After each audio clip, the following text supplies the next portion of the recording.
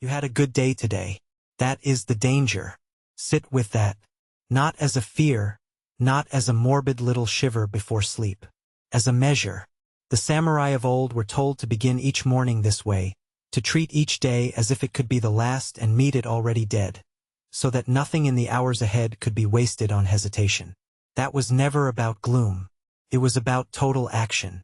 A man who has already accepted the end has nothing left to negotiate with, no excuse left to bargain, no comfort left to protect. So bring that blade to this day, the one that just ended. The day is over. It does not come back. You will not get these hours again, and pretending otherwise is the softest lie you tell yourself. Hold the day up against the one fact you keep avoiding, that it was finite, that it was spent, that the count is already in. Did it count, or did you merely get through it? Now account for it honestly, and here is the trap most people walk straight into. You think the dangerous day is the bad one. The day you lost your temper, blew the deadline, fell apart. Those are loud. They announce themselves. You will audit those without being asked because the pain does the auditing for you. The day you should fear is the good one. Pat Riley spent a career around champions and named the thing that kills them. He called complacency the success disease, the last obstacle standing between you and greatness, and he watched it take root in exactly the moment a man starts to feel good about what he has done. That is the day that slips past your guard. The day that went fine. The day you were busy, comfortable, mildly productive, and went to bed satisfied. Satisfaction is the anesthetic. It is the feeling that tells you the audit is unnecessary, right when the audit matters most.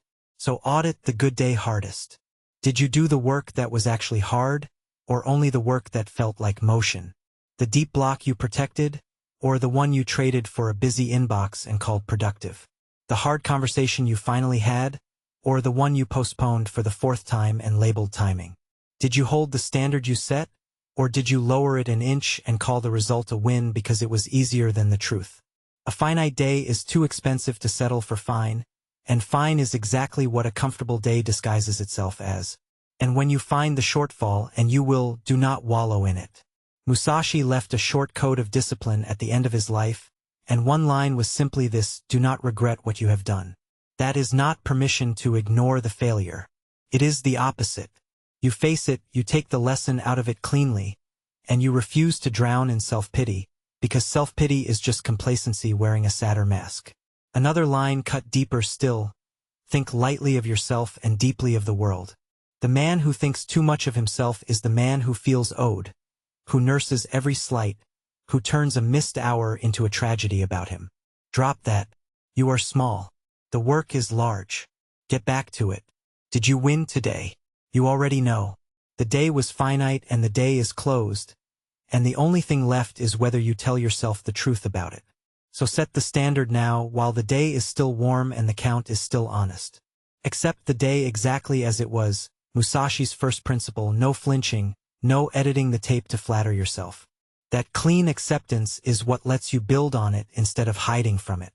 Then decide what tomorrow demands before the morning gets a vote, while there is still nothing to negotiate. Because tomorrow's first hour is already coming, and tomorrow you carry the hard edge of it. You rise the way David Goggins talks about the 40%, the truth that when your mind says you are finished, you have barely begun.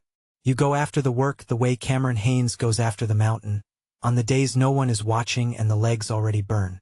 And you carry the cold discipline of Miyamoto Musashi, the strategist who built a whole life on one path, walked alone, no regret behind him and no comfort owed to him. So name it concretely. The alarm goes off before the city moves. The first hour goes to the one thing that frightens you most, not the warm-up tasks that feel like work and move nothing. That is the standard, set tonight while the truth is still in the room. Set it now. Make tomorrow the day that would have counted, because one of these days will be your last, and you do not get to know which. Tomorrow, win before they wake.